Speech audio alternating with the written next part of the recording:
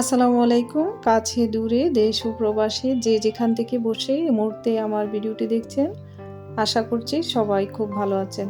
আমিও আল্লাহর রহমতে ভালো আছি। আবারও চলে আসলাম আরও একটি নতুন ভিডিও নিয়ে আপনাদের সাথে শেয়ার করার জন্য।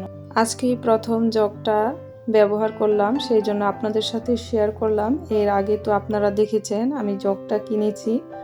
তো সকাল সকাল ভিডিওটা শুরু করলাম। সকালবেলায় গতকালকে মরিচ নিয়ে আসছিল, মরিচ নিয়ে বসলাম। মরিচগুলা ডেটুক ছাড়িয়ে নিচ্ছি, মরিচগুলা রোদে দিব আর মরিচগুলাকে ভাঙিয়ে নিয়ে আসবো মেশিন থেকে। হলুদও কিনেছি তার সাথে, মরিচ আর হলুদ ভাঙিয়ে নিব।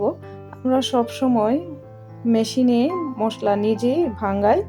ঝাল কম মরিচটাই আমি সব সময় কিনি, আর এই মরিচটা হচ্ছে কাশ্মীরি মরিচ। এখন চলে আসলাম রান্না করব। তেলটা এক্সচেঞ্জ করে নিচ্ছি।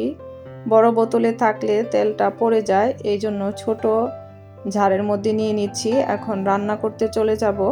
আপনাদের সাথে আমাদের ঈদ ব্লগটা শেয়ার করার পর আর কোনো ভিডিও দেওয়া হয় নাই। তো আজকে হচ্ছে ঈদের দ্বিতীয় দিন, ঈদের পরের দিন।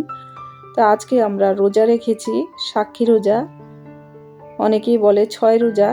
তা যাই বলেন না কেন, তা আজকে আমরা দুইজনই রোজা, ওর বাবা আর আমি রোজা রেখেছি। আর ইফতারও বানিয়েছি হালকা পাতলা, সব কিছুই আপনাদের সাথে শেয়ার করব। আর এখন রান্না করব, দুপুরবেলা রান্নাটা সেরে নিব আর বিকালবেলা ইফতার বানাবো, সব কিছুই আপনাদেরকে দেখাবো। এখানে আমি ব্যালকনিতে লাউয়ের তরকারি রান্না করতেছি, লাউয়ের তরকারিটাও আপনাদের সাথে শেয়ার করলাম। আশা করছি আজকের ভিডিওটিও আপনাদের কাছে অনেক বেশি ভালো লাগবে, আর ভালো লাগলে অবশ্যই চ্যানেলটিকে সাবস্ক্রাইব করে আমার পাশে থাকবেন। ভিডিওটি শুরু থেকে শেষ পর্যন্ত দেখার আমন্ত্রণ রইল। লাউয়ের তরকারিটা প্রায় হয়ে যাচ্ছে। আমি লাউয়ের তরকারিতে ধনিয়া পাতা দিব। ধনিয়া পাতাটা ঘরে নাই, কিন্তু ডিপ ফ্রিজে আছে। তো ডিপ ফ্রিজের ধনিয়া পাতাটাই আজকে ব্যবহার করব লাউয়ের তরকারিতে। আপনারা তো দেখেছেন আমি ধনিয়া পাতা ডিপ ফ্রিজে রেখেছি ফ্রোজেন করে। ফ্রোজেন ধনিয়া পাতাটাই দেওয়ার পরে অনেক সুন্দর একটা গন্ধ বের হয়েছে, আর লাউয়ের তরকারিটা খেতেও অনেক ভালো লেগেছিল। এই তো লাউয়ের তরকারিটা হয়ে গেছে, এখন নামিয়ে দিব।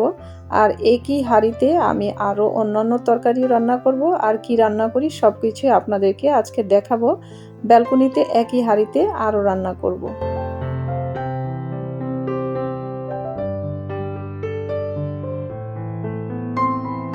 লাউয়ের তরকারিটা নামিয়ে দেওয়ার পর এখন সাজনা রান্না করব চাপিলা মাছ দিয়ে আর দেশি লাল আলু দিয়ে। আপনারা তো জানেন আমাদের সাজনা খুব পছন্দের তরকারি, আর এই পছন্দের তরকারি দিয়ে সেহরি খাওয়া হবে। এই জন্য এখন দুপুরবেলা রান্না করে নিচ্ছি। রান্নার ঝামেলাটা দুপুরবেলায় শেষ করে নিচ্ছি, আর সেহরির জন্য আর কোনো ঝামেলা থাকবে না।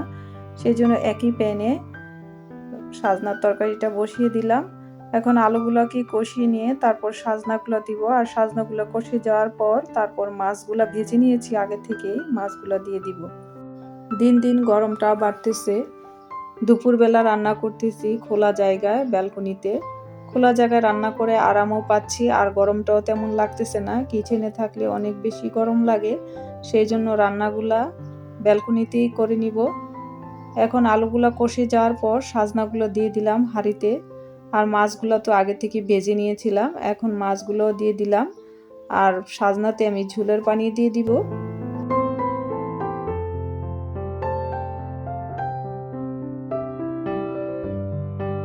সাজনার তরকারিটা হয়ে গেছে। এখন এই প্যানটাতে আমি মশলা কষিয়ে নিচ্ছি মাংসর জন্য, গরুর মাংসর জন্য। সব মশলা কষিয়ে তারপর মাংসটা দিয়ে দিব। মাংসর সাথে আমি আলু দিচ্ছি, আর মাংসটা আজকে ঝোল ঝোল রান্না করব। ইফতার টাইমে পরোটা দিয়ে গরুর মাংস দিয়ে খাওয়া হবে, সেই জন্য দুপুরবেলায় গরুর মাংসটা ভালো মতো কষিয়ে ঝোল দিয়ে রান্না করে নিচ্ছি।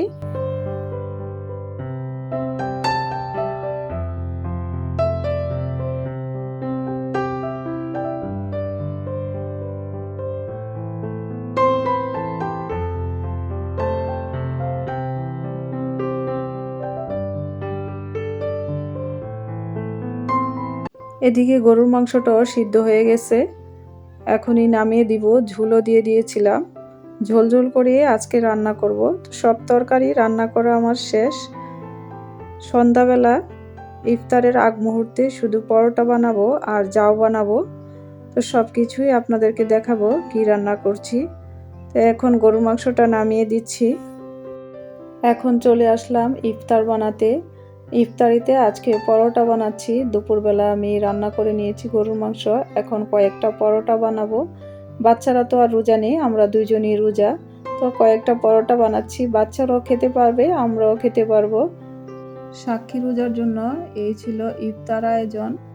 তো এর মধ্যে আমি অফ ক্যামেরায় জাউ বানিয়েছি নারকেল দিয়ে।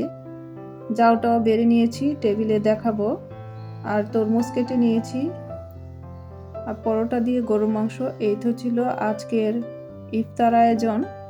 পুরো রমজান মাসে ইফতার করতে করতে বাচ্চাদেরও একটা অভ্যাস হয়ে গেছে, এই টাইমে নাস্তা বানাতে হয়।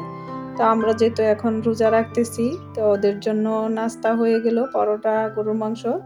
তো 4টা ডিম সিদ্ধ দিয়েছিলাম, ডিমটাও কেটে সামনে দিয়ে দিলাম। শসা খাবে, ডিম খাবে। এই তো সবার নাস্তাও হয়ে গেল, আর আমাদের ইফতার হয়ে গেল। আজকের ভিডিওটি এ পর্যন্তই। ভিডিওটি ভালো লাগলে অবশ্যই চ্যানেলটিকে সাবস্ক্রাইব করবেন, লাইক কমেন্ট শেয়ার দিয়ে পাশে থাকবেন। আজকের মতো এখানে বিদায় নিচ্ছি। আল্লাহ হাফেজ।